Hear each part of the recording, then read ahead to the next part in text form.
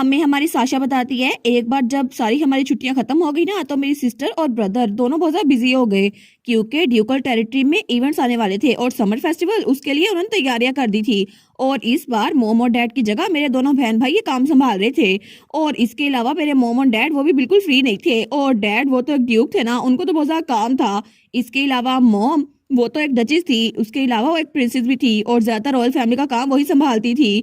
तो तब वो सोचती है लेकिन इसीलिए सब लोग बिजी हैं सिवाय मेरे, क्योंकि अभी भी मैं छोटी हूँ ना। लेकिन वो सोचती है इतने सारे लेसन है जो मुझे अभी तक करने हैं, पता नहीं मैं भी कितनी बिजी होंगी। लेकिन तब वो अपना मोबाइल निकालती है, वो सोचती है क्या किसी और की ख्वाहिश यहाँ पे अपेयर हुई है। लेकिन वहाँ पर जो पुरानी ख्वाहिशें थी ना वही थी। तो लाला का गोल वहाँ पे लिखा हुआ था, क्या तुम मुझ पे देखती रहोगी। तो वो सोचती है अच्छा तो अब ये कोई ख्वाहिश नहीं है, अब ये गोल है ना। तो तब वो जिनी और आर्थ का भी चेक करती है, तो वहाँ पे भी यही लिखा था क्या तुम मुझे देखती रहोगे। और वहाँ पर्सी का चेक करती है तो लिखा था चलो हम लोग इकट्ठे खेलते हैं। और जब अपने भाई का चेक करती है ना तो वहाँ पर कोई गोल ही नहीं था। वो सोचती है कि यार मेरे भाई के बारे में कोई इन्फॉर्मेशन नहीं है, अब तो वो किंग है ना, लेकिन क्या उसकी जिंदगी में कोई गोल नहीं है। और वो सोचती है वो इकलौता इंसान था जिसको उस बच्चे ने जो मेरे ख्वाब में आता था ना मुझे इंट्रोड्यूस करवाया था, लेकिन पता नहीं मुझे तो वो बड़ा अजीब लगता है। और मेरा भाई वो तो पता नहीं अजीब सा ही है, सारा काम तो मेरी मॉम करती है ना उसका। मेरा वो इडियट भाई वो तो अब किंग है लेकिन फिर भी कोई काम नहीं करता, क्या उसकी जिंदगी में कोई मकसद है भी या फिर नहीं। लेकिन तब मोबाइल को गायब करते हुए सोचती है चलो खैर है,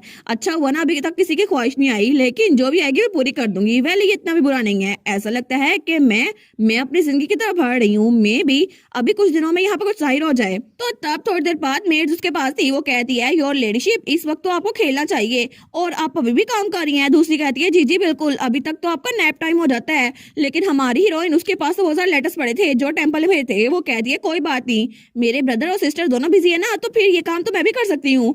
वो सोचती है उसके मुकाबले में पोप साइमन वो तो कोई काम करता नहीं है और मुझे तो सबसे लेटर्स आ रहे हैं कि सेंटस हिज होलीनेस फिर से कहीं गए हुए हैं अपनी ड्यूटीज को भूलकर, तो प्लीज आप काम कर देना पोप का।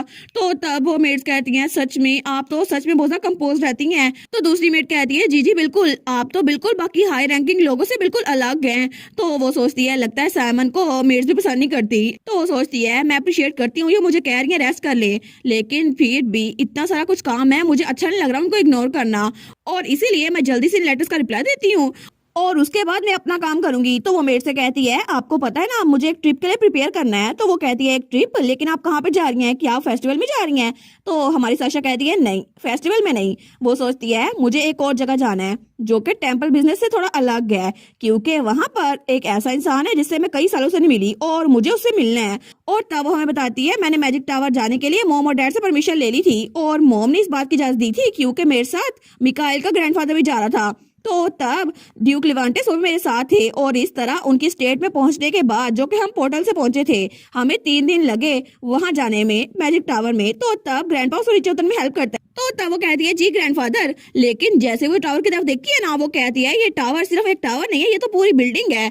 तो ग्रैंड ड्यूक कहता है हाँ बिल्कुल ये इंडिपेंडेंट अथॉरिटी है और इसका स्केल तो बहुत ज्यादा बड़ा है। तो वो कहती है आप मिकाल से नहीं मिले तब से ग्रैंडफादर। वो कहता है हाँ मुझे भी उससे मिलने का टाइम नहीं मिला, वैसे भी वो तो बहुत ज्यादा बिजी हो गया है, मुझसे मिलता ही नहीं है और ऐसा लगता है कि उसका चेहरा देखना भी बहुत ज्यादा मुश्किल है। तो हमारी कहती है फिर भी आप इतनी दूर आते हैं फिर भी उससे नहीं मिल पाते। तो ग्रैंड ड्यूक लिवेंटिस कहती है ना वो कितना रूड है, क्या तुम उसे मेरे बजाय डांट दोगी। वो कहती है जी जी बिल्कुल, मैं उसको बता दूंगी कि मिकाइल बहुत ज्यादा बुरा है। वो कहता है थैंक यू, मैं तुम्हें प्रूव करता हूँ। वो सोचती है अब तो ग्रैंडफादर की परमिशन भी मिल गई है, अब तो मैं उसको बहुत ज्यादा सताऊंगी और ऑफ कोर्स मुझे सबसे पहले एक चीज का ध्यान रखना होगा। तो तभी वो टावर का दरवाजा खोलती है, लेकिन तभी वहां पर कोई आ गया था, वो था टावर मास्टर। वो कहता है मैं बहुत ज्यादा खुश हूँ कि मेरी इतनी छोटी सी दोस्त मुझसे मिलने के लिए आई है और मैं तो डायरेक्टली आपको ग्रीट करने के लिए आ गया। लेकिन हमारी हीरोइन सोचती है सबसे पहले मुझे इस लेजी गेट कीपर से छुटकारा हासिल करना होगा। वो कहता है लेकिन हम क्या करें, मिकाएल तो अभी भी बिल्कुल फ्री नहीं है, तो मैं आपको उससे मिलने की इजाजत नहीं सकता। तो हमारी हीरोइन कहती है मैं यहाँ पर आई हूँ क्योंकि मुझे तुमसे काम है पियोनी। वो कहता है अच्छा तो फिर मुझे बताए ना, ये सुनना तो बहुत अच्छा लग रहा है, मुझे बताए आपको मुझसे क्या काम है। वो कहती है और जब मेरा काम खत्म हो जाएगा ना तो मैं मिकाएल से भी मिलूंगी। वो कहता है ये तो नहीं होने वाला, मैं तो नहीं मिलने दूंगा आपको उससे। तो हमारी कहती है मैं इतनी दूर से ड्यूकल टेरिटरी से यहाँ पर आई हूँ, फिर भी मैं उससे मिल नहीं सकती। तो टावर मास्टर कहता है लिटिल फ्रेंड, आपको नहीं लगता कि हर चीज का एक टाइम होता है, तो आप उससे अभी नहीं मिल सकती? तो वो कहती है नहीं, मुझे तो नहीं पता, और वैसे भी इस बार मैं उससे मिले बगैर नहीं जाऊंगी। तो वो कहता है अच्छा, तो आखिर आप उसको ढूंढेंगे कैसे? मैं तो आपको नहीं दिखाने वाला उसका रास्ता। तो साशा कहती है उसको तो मैं खुद ही ढूंढ लूंगी, लेकिन सबसे पहले मुझे मैजिक टावर के रूल्स को फॉलो करना होगा, क्योंकि जो हारता है ना वो अपने मास्टर की बात मानता है। तो मैं आपकी मास्टर बनूंगी ताकि आपको मेरी बात माननी पड़े, इसीलिए वहां पर शील्ड बनाती है और कहती है मुझसे फाइट करें। तो वो कहता है ओ माई, मेरी छोटी सी दोस्त तो बहुत ज्यादा टैलेंटेड है, आपने तो यहाँ पे बैरियर भी बना दिया है ताकि हमारी आवाज कहीं और ना जाए। तो क्या सच में आप अपना माना ऐसे वेस्ट करने वाली हैं? तो हमारी कहती है माना वो क्या होता है? ये माना तो बिल्कुल नहीं है। वो कहता है लेकिन ये माना तो है, ये मैजिक आप कर रही है ना माई लेडी। वो कहती है बिल्कुल नहीं, ये सेंटस की पावर है। और तभी अपने हाथ पे आग लगाती है और तब उसकी तरफ हमला करती है, और जैसे वो हमला करती है ना तो वहाँ ईंट के धुआं फैल गया था, लेकिन टावर मास्टर वो बच निकला था। वो कहता है वाह, तो आप इस तरह खेलने वाली हैं, है ना? लेकिन हमारी छोटी दोस्त अगर ये कह रही है तो फिर मैं भी आपके साथ खेलूंगा। और तब वो भी मैजिक सर्कल बनाता है और कहता है वैसे भी हारना मेरा स्टाइल नहीं है, तो मैं अपनी पूरी बेस्ट करूंगा, क्योंकि मैं मैजिक टावर का मास्टर हूँ। तो साशा कहती है बिल्कुल ऐसा ही कीजिएगा, क्योंकि मैं भी आपके सामने बिल्कुल हार नहीं मानने वाली। तो तब टावर मास्टर कहता है हमारी सबसे ज्यादा छोटी यंग लेडी, अगर आप इतना सब कुछ कर ही रही हैं तो फिर मैं भी पीछे नहीं हटूंगा। और तब वो वहाँ क्रिस्टल्स बना लेता है। वो कहता है आई सपोज मैं आपकी एक्सपेक्टेशन पे पूरा उतरूं। तो तब वो हमारी साशा पे हमला करता है, लेकिन हमारी साशा तो बड़े आराम से उसको डॉज कर लेती है। वो कहती है पियोनी, क्या तुम इडियट हो? तुम्हें पता नहीं है कि तुम्हारे माना को मैं ऑब्जर्व कर सकती हूँ, और तुम ऐसे मुझ पे अटैक कर रहे हो? और हमारी साशा उस पे आग से अटैक करती है। तो तब उसको रोक लेता है। वो कहता है वाह, ये तो बहुत ज्यादा डरावना है, लेकिन मुझे लगता है मैं इतनी आराम से हार नहीं सकता। और तब वहां उड़ने लग जाता है। लेकिन साशा कहती है सच में तुम ये कह रहे हो, लेकिन तुम्हें सच में लगता है कि तुम हारने वाले हो? वो कहता है वेल, मैं भी कोई इडियट नहीं हूँ, आपको पता है ना। और तब वो साशा पे हमला करता है, लेकिन साशा ने तो वहां पे डिफेंसिव मैजिक बना लिया था। वो कहती है तुम्हारे अल्फाज और एक्शन तो बहुत ज्यादा कॉन्ट्राडिक्ट कर रहे हैं, है ना? लेकिन वो कहता है आई गैस, तो फिर मैं आपको दिखाऊंगा कि मैं कर क्या सकता हूँ। लेकिन तभी वो उस पर बहुत ज्यादा मैजिक करता है। तो हमारी कहती है ठीक है, मैं समझ गई।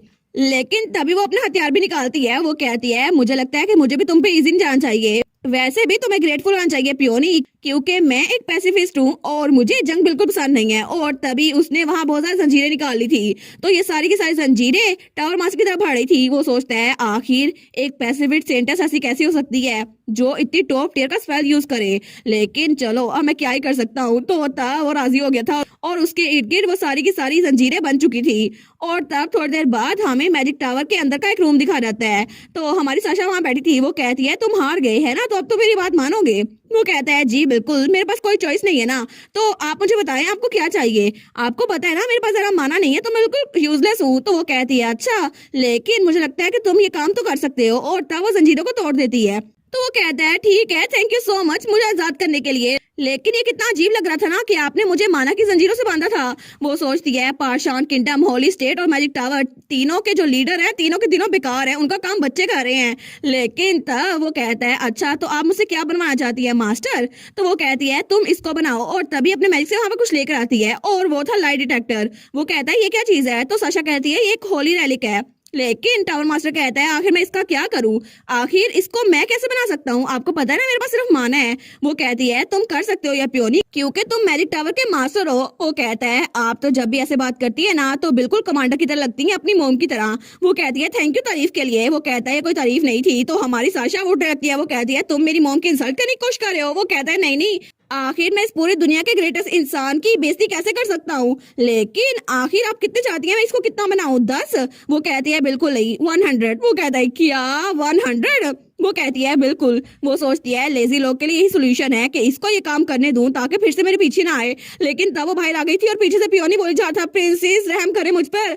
लेकिन वो सोचती है ठीक है, अब ये मसला तो हल हो गया ना, तो क्या मैं जाके मिकाइल को ढूंढूं? तो जब वहां पर देखती है ना तो वहां बहुत सारी सीढ़ियां थी। वो सोचती है मैजिक टावर तो बहुत ज्यादा बड़ा है और बहुत ज्यादा लंबा भी है, तो यहाँ पे जो स्पेसिस है ना तो उसको ढूंढना बिल्कुल आसान नहीं होगा, लेकिन किसी आम इंसान के लिए। और मैं तो एक सेंटस हूँ। और तभी वो अपनी पावर यूज करती है और वहां पर मिकाइल का माना वो फ्लोट कर रहा था। वो सोचती है ठीक है मुझे पता करना होगा। तो वहां पे उसको पूरे मैजिक टावर में आवाजें आ रही थी।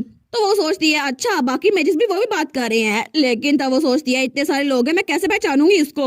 तो तभी उसको पता चल जाता है मिकाइल की आवाज वो पहचान गई थी। वो सोचती है ठीक है मुझे वो मिल गया, और तभी वो टेलीपोर्ट होकर उस फ्लोर पर आ गई थी। वो सोचती है माना के हिसाब से उसे यहाँ पर आना चाहिए, तो मैं उसको यहीं पे ढूंढ लूंगी। लेकिन जब वो दरवाजे के बाहर पहुंचती है ना, तो वहां पे बहुत सारे डिफेंसिंग मैजिक थे। वो सोचती है इतने कंफ्यूजिंग स्पेल क्यों लगाता है, लेकिन फिर भी अगर मैं इस दरवाजे को तोड़ दूं तो वो गुस्सा तो नहीं होगा ना, और मैं इतने अरसे बाद उसे मिलने आई हूँ, वो गुस्सा तो बिल्कुल नहीं होगा। और तभी उसने वो दरवाजा तोड़ भी दिया था।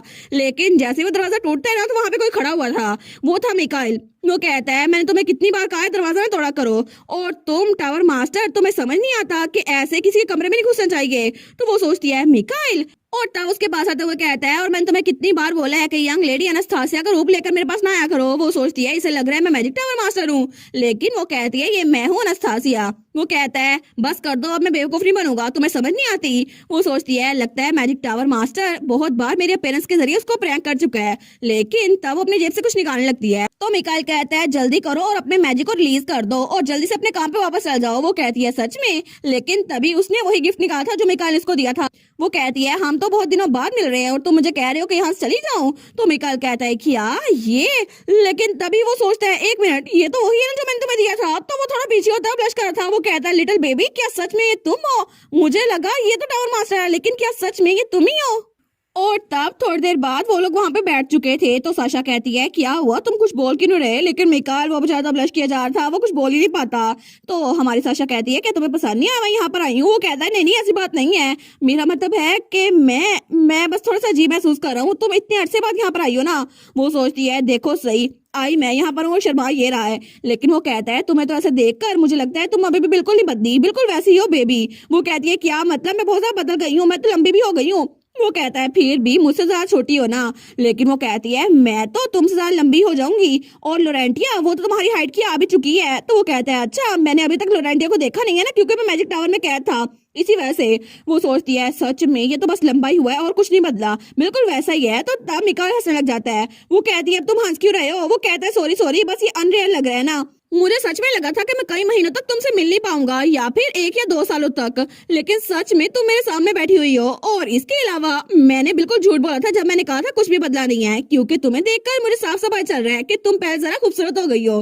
तो साशा वो सोचती है देखो ये कैसी बातें कर रहा है, ये तो बहुत चालाक है।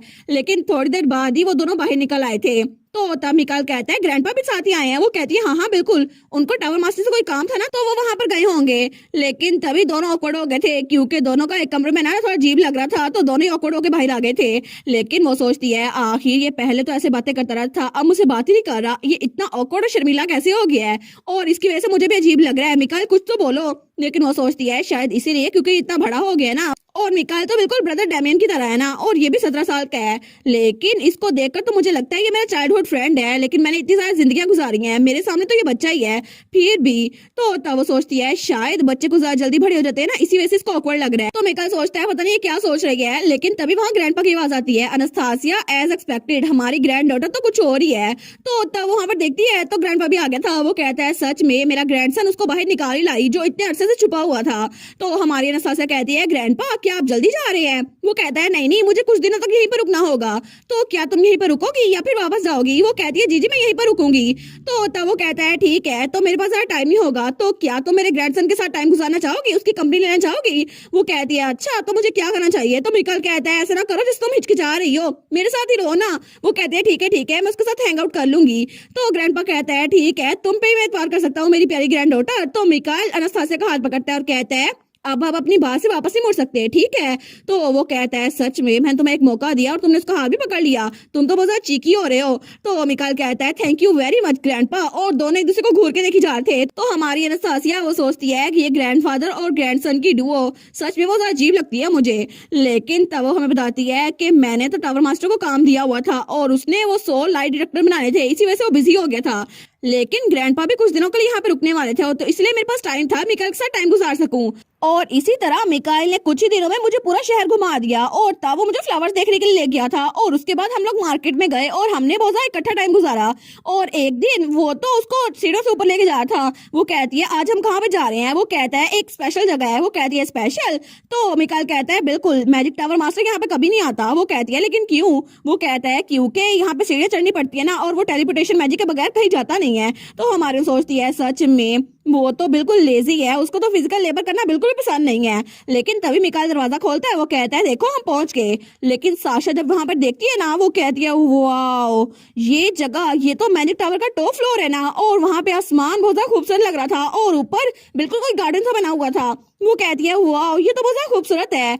लेकिन तब मिकाइल, वो तो हमारी साशा को ही देखी जा रहा था, वो सोचता है आई गेस अब मैं इसको बेबी नहीं कह सकता क्योंकि अब ये सच में बच्ची नहीं रही। लेकिन ये 4 सालों में कितनी बड़ी हो गई है ना, और कितना अजीब लग रहा है। हालांकि ये डेमियन की छोटी बहन है, लेकिन फिर भी अब तो मैं इसको तंग भी नहीं कर सकता, और ऐसा लगता है ये प्रॉपर यंग लेडी बन चुकी है। तो तब हमारी साशा कहती है यहाँ पे वो सब प्यारा है लेकिन इसको निग्लेक्ट क्यों किया जाता था। तो मिकाइल थोड़ा सा चौंकता है, वो कहता है अच्छा ये पहले तो यहाँ पे बहुत एक्सपेरिमेंट होते थे लेकिन बाद में इसको ऐसे छोड़ दिया गया और इसीलिए किसी ने यहाँ पर ग्रीन हाउस बना दिया। लेकिन ये जगह अच्छी है ना, वो कहती है हाँ हाँ अच्छी है, ऐसा लगता है कि मैजिक टावर मास्टर वही मसला था।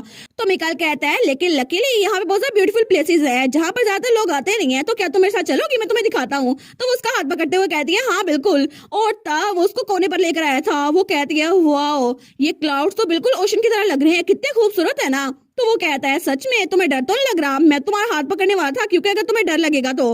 वो कहती है तुम्हें क्या लगता है मैं कोई छोटी बच्ची हूँ मिकाइल, मैं बिल्कुल भी डर नहीं रही। तो वो कहता है सच्ची मुझे पता है तुम बच्ची नहीं हो, लेकिन अगर ऐसा ही है तो क्या मैं तुम्हें अपना सीक्रेट बता सकता हूँ। वो कहती है तुम्हारा सीक्रेट, अच्छा वो क्या है। तो मिकाइल उसके पास वो कहता है हाँ बिल्कुल, मैं बस एक ही बार कहूंगा तो आराम सुनना। तो तभी उसके कान में कुछ कहता है जो हमें बताया नहीं जाता। लेकिन तब साशा वो उसकी तरफ देखती है, वो कहती है क्या ये बात। लेकिन तभी वो बिल्कुल शॉक हो गई थी। वो कहती है मिकाइल तुम पागल तो नहीं हो गए, आखिर तुम ये बात मुझे अभी क्यों बता रहे हो। और इसी के साथ ये वाला पार्ट यहीं पर ख़त्म। तो आप लोग बताइएगा आप लोग को ये पार्ट कैसा लगा, और वीडियो को लाइक और चैनल को सब्सक्राइब लाजमी कीजिएगा। बाकी वीडियोस का लिंक भी स्क्रीन पर नज़र आ रहा होगा, तो काइंडली उनको भी चेकआउट कर ले। और thank you so much for watching my videos. Stay safe, bye bye.